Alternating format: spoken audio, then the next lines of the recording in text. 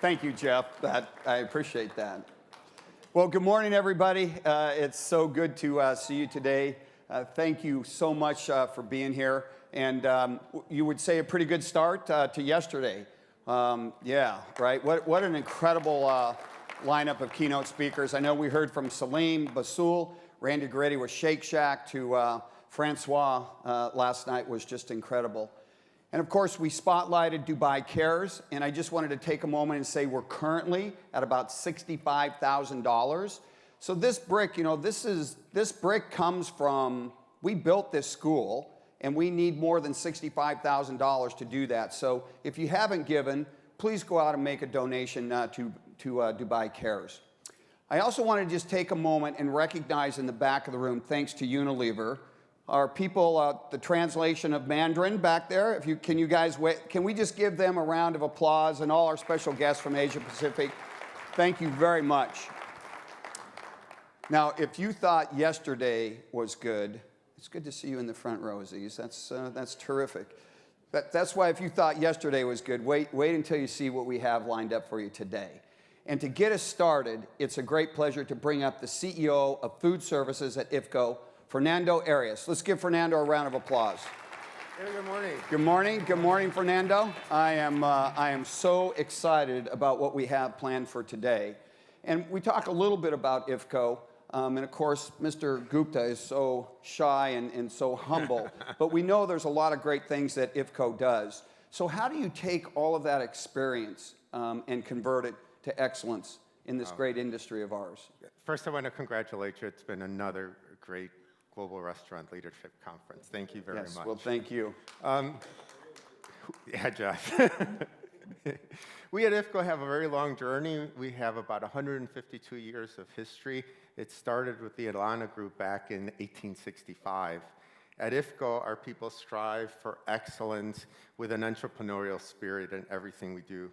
We collaborate with our customers strongly, leading much to a partnership, much the theme of this conference. Well, you know, we've thrown out a lot of the word, the power of partnership. So what does that mean, in your opinion? What do you think that means to IFCO? I think it's more food service brands target the Middle East for growth. What IFCO is very unique in the region in that we have a food service business, an industrial business, and a retail business. So we're able to take the insight of the retail business and industrial business and convert it to new products and services for our customers. If you look at our London Dairy brand, I hope all of you have eaten some of the London Dairy. Isn't that great stuff? I hope they have more strawberry. I think I ate most of that yesterday. In our London Dairy business, we know the consumer preference for the regions of taste and structure, and we're able to convert that into knowledge and then share that knowledge with our customers, help them develop tailor-made products for the region, either for the menu, for their main menu, or for limited time offers, all in a spirit of fairness for us. Yeah. Well, and you know, I know I mentioned this in the opening, you know, that we know IFCO is based here. So what is your footprint, you know, in the UAE and throughout the Middle East? Yeah, so I think that's where people don't understand IFCO. We have about 14,000 associates in Africa, the Middle East, and Asia. And our R&D goes all the way from R&D scientists, pure scientists looking at parts per trillion of stuff that I don't really understand, to application people, to corporate chefs, to master bakers and mixologists. So we bring all that to bear to service our customers in the industry. Yeah, well, terrific. Well, I'm really excited about our opening keynote speaker. I know Glenn Helton had mentioned him about 3 years ago and saying, look, you have to get this individual. He's iconic, what he's done. And we worked, and then we found out he's a huge customer of IFCO. And he just has an incredible reputation for what he's done. So really excited to have him open us today. Yeah, so we're fortunate to have him as a customer. ALBAIK stores are always full. Yeah. When you go around, they're always full. There's always a line. And when you go to Saudi, you'll see people reselling their stuff at events, which is just mind-boggling, that somebody will go purchase his stuff and then go to an event and resell it. we have the honor of servicing them with 2 of our plants, one in Saudi that delivers straight from our Saudi facility to them in Saudi, and one for the UAE, and we deliver 3 product lines for them. ALBAIK is in an aggressive expansion plan in Saudi Arabia despite everything that's going on there, and their CEO is very hands-on. Everybody knows who he is. He visits every outlet, interacts with every team member. So it's my great pleasure to introduce Rami Ghazaleh.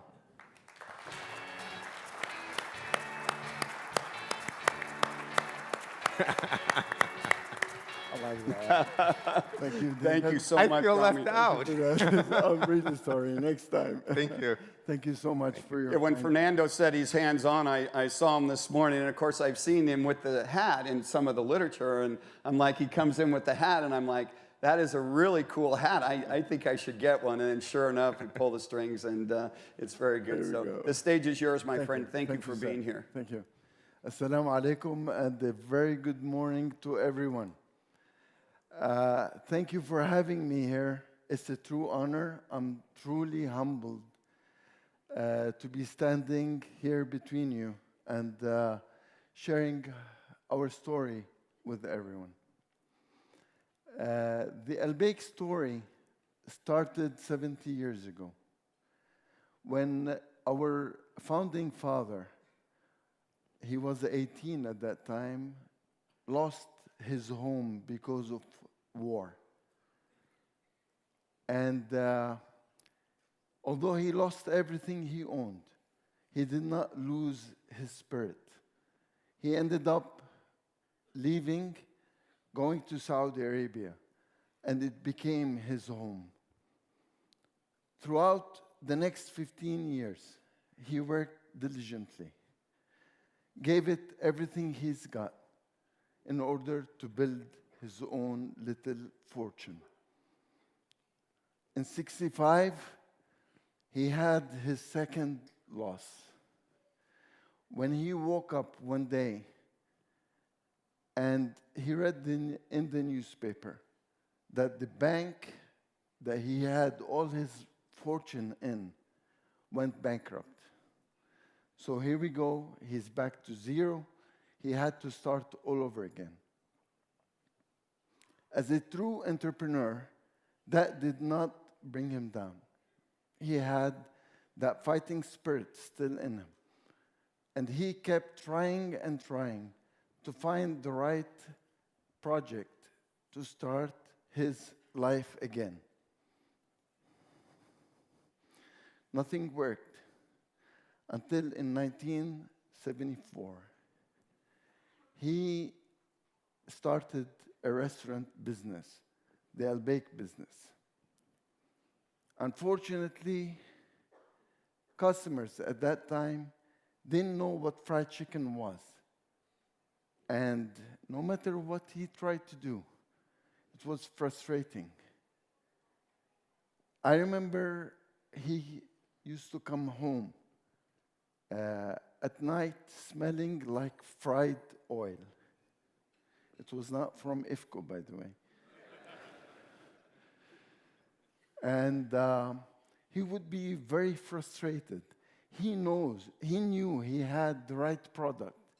He knew that with all the hard work of cleaning and cooking and serving customers, something had to work, but it didn't at that time.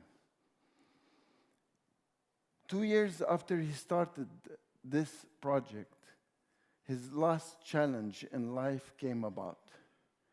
He discovered he had cancer, and he passed away in 76. 2 days before he passed away, my brother Hassan and myself, we were in the hospital with him when he got a very interesting phone call. Somebody called him and said, "Shakur, you have lines outside your restaurant. Finally, your project is working." I remember the glitter in his eyes until today, because he knew he was leaving us at least with something that he felt secure about. The ALBAIK story is about a lady of steel, the ALBAIK lady, as we like to call her, our mother, who spent all her married life standing by her husband. Every time he fell, every time he felt down, she was there to hold him up. She was there to give him all the ideas, all the support.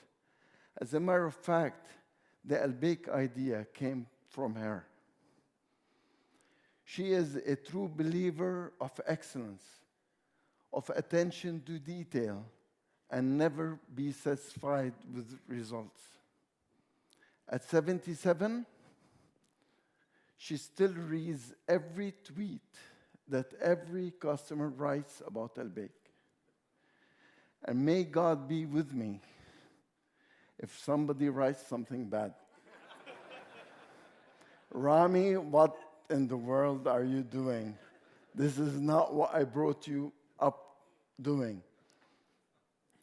God bless her.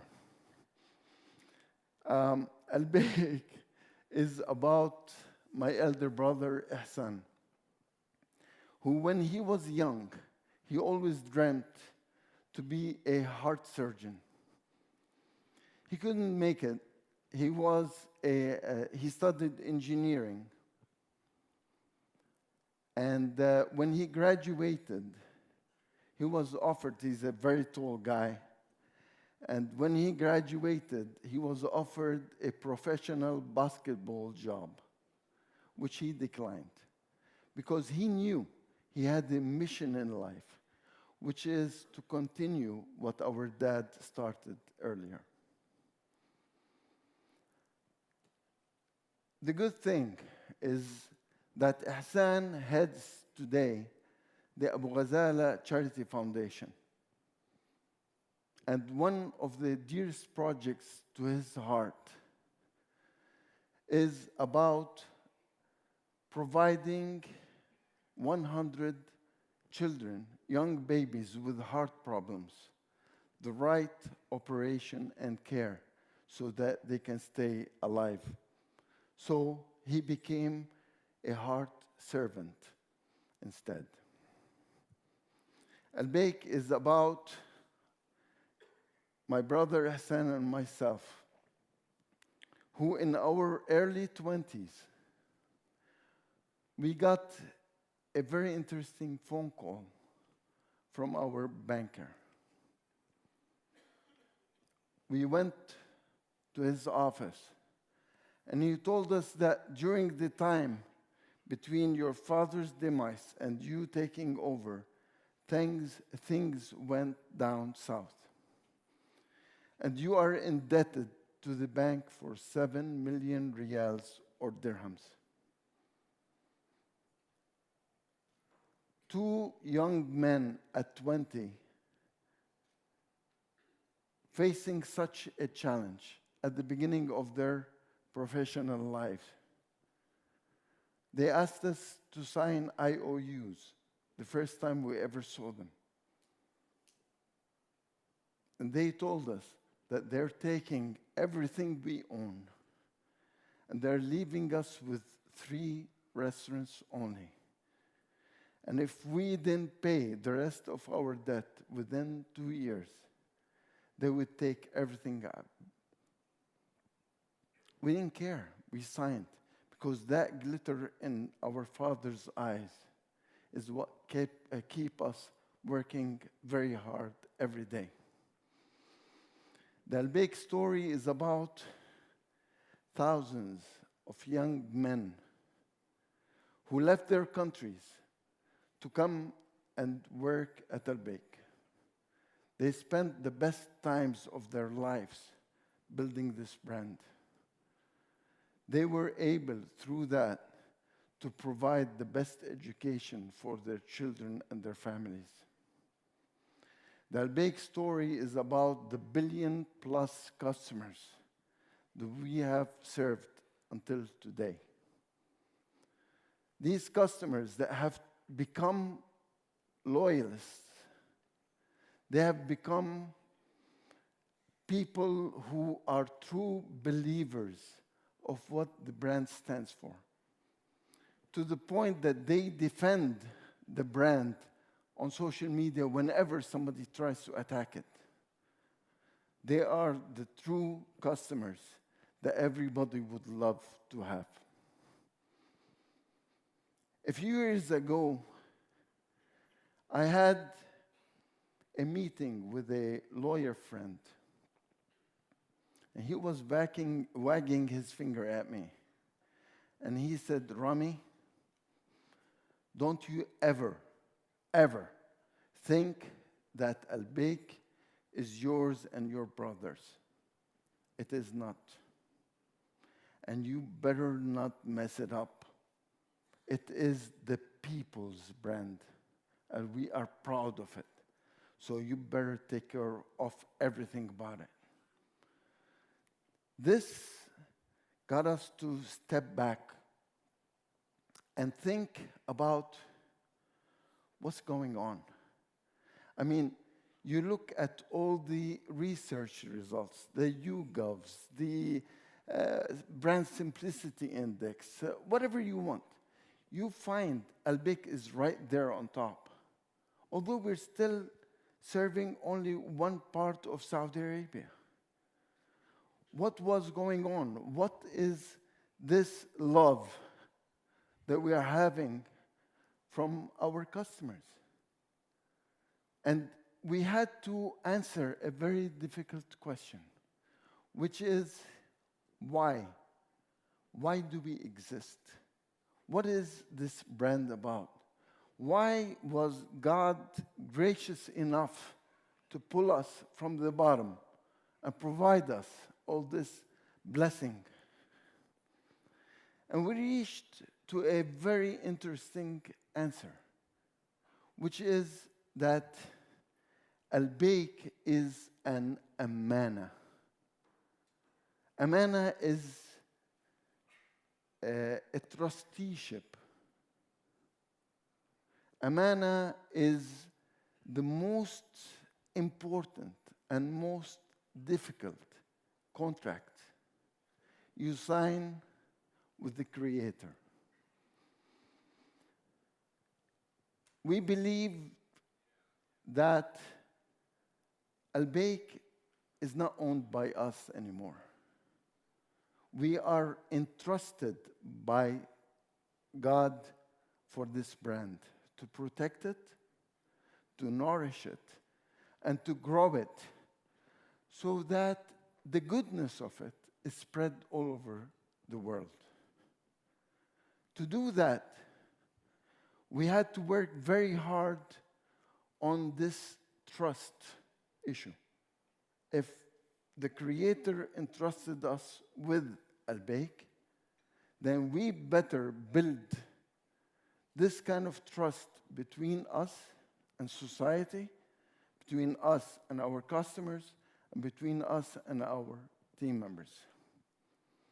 Because at the end of the day, trust is the simplest form of relationship and the most difficult at the same time between two people. And today, brands better look at themselves as people. They are alive, they are run by people, so we better treat them as such. You gain the trust of society, of customers, and of team members, and they will stand by you. They're gonna come to you. They're gonna buy from you. They're gonna defend you. They're gonna do everything that it takes to protect you because they trust you. I'll give you a couple of stories that happened at the same time on how we built trust between us and our customers. It all started with the fact that price of food just suddenly shot up. We couldn't control the prices anymore. And the only choice we had was to raise prices. Mind you, for 25 years before that, we did not raise prices. We worked on efficiency after efficiency after efficiency to make sure that we create the most incredible value for our customers. Yet, this time, about 10 years ago, we could not sustain it. And the next day was all planned with new pricing, new menu boards, and so on. The next morning, just before we opened, my brother was driving to the office, and he saw a family in a Nissan Laurel, a small Nissan, packed with kids. And he saw the father coming out from our restaurant with lots and lots of ALBAIK chicken. He came to the office and he said, Rami, let's wait tomorrow. Let's not do it. Let's give it 6 months. And I said, why? He said, you know, tomorrow, this father is going to feed his kids one less meal because of our price increase. We shouldn't be doing this. And we did just that. We waited and waited. 6 months became 1 year, became 2 years, became 4 years. We calculated that we saved society over 450 million riyals just because we waited and we tried to fight it out one last time. At the same time that this was happening, our team members, we saw that with the expensive life that was happening with food costs and so on, that they were having difficulty with their income. The usual thing to do, lay off masses. Let's get rid of people. Let's look at our bottom line. Let's make more money.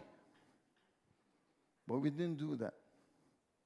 What we did was we provided salary increases and 2-month bonus for each person working in our business, because we knew that they needed that drastically. What happened? The whole business turned into fire. People trust in the brand was insurmountable. I've never seen anything like it. Everything was so much about excitement. And as I told you, 6 months became 4 years, and we didn't have to increase one single price. This is how you build trust. This is how you build the business, and you build a global business through building the trust between you and the customers, you and the team members, and you and society. At this time and age, all companies face a major responsibility. More and more, what we're seeing is that children are becoming more separated from the family concept. The internet, the I in everything we do, that supersedes everything we do. The me that is more important than anyone else. This is very dangerous for societies. We are seeing children who want things today, now. Even some companies used ads to encourage that. We cannot have that and believe that societies will continue well. We believe that companies and corporations have a major, major responsibility in building trust and maintaining certain values between us and our customers and teams and society. We've got to do it. It's an amana. Because if we don't, I don't know what to expect in the future. It is not about making money. This is not our goal and should never be our goal. Yeah, making money is a byproduct of doing good in life. It is not about just taking. Trust is built through giving more than you take. And believe me, it's a secret recipe that everybody should try. The more you give, the more you're showered with goodness from the Creator. Don't ever forget that. Always, always also treat people like you would like to be treated. This is how trust is built. This is how companies should be operating for the future. And this is what I hope most of us are doing today. Because we are in a chicken race. A lot of people outside are cheering us. They're watching us running, wanting to reach to the end line, to the finish line. And we're running, all of us. And when we reach there, we don't know what to do. Why did we even run? So I call upon all of us not to be in a chicken race, but to build the human race. Because excellence is not just about our competence. Excellence is about building trust between us and everyone else. Thank you very much.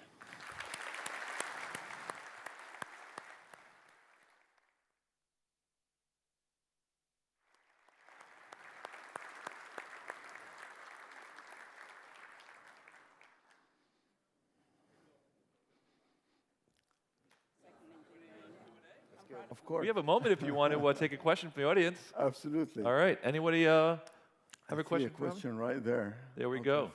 So how does the company endure, remains true to its founder's vision as it grows? First of all, what we do is we have our sets of values that we make sure that everybody walks through them. We practice them day and night with everyone. We walk the talk as leaders. We all started at the MOP level because it is very important to make sure that our leaders are always humble and thankful for the blessing that we have. Open up to the audience for anyone. We've got one right here. Yes, sir? Okay, we got a microphone coming to you. Don't make it too difficult. Yes, hi, my name is Ahmed. So, in spite of your views about the social CSR, let's say, or something, how do you see what's your views on the proper profit margin of the company, and how do you say if it's too much, too little for the society? Okay. That's a tough question, by the way. We didn't agree on that. He asked you not to ask a tough one. I know it. Look, ALBAIK does a completely different business model than everybody else in the market. We built the business on high volume, very, very minimal margins. When we see that margins are starting to inch up for any reason, we make sure they go down again. Because we don't try to raise prices. We don't try to satisfy a short-term expectation from stockholders. What we do is we play the long shot. And we believe that if you provide higher margins than X, there's going to be complacency in management because everybody, it's like wearing a bigger thobe. Oh, I have room to eat more. Okay? So it's the same concept. Stay fit. Okay? Make life difficult to you and to everyone else because there's a lot of blessing waiting for you from that. Thank you.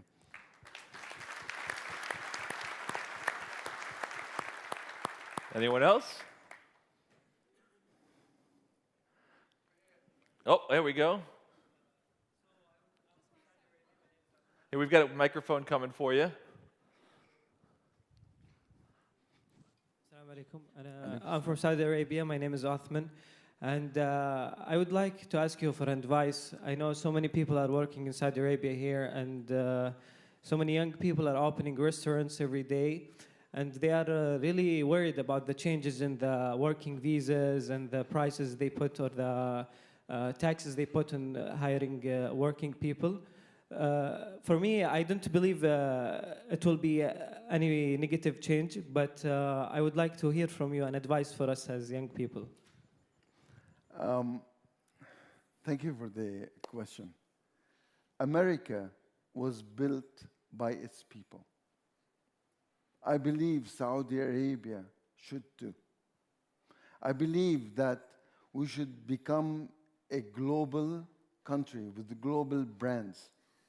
And I believe that Saudis, young Saudis, should be exporting the know-how that we have to the world.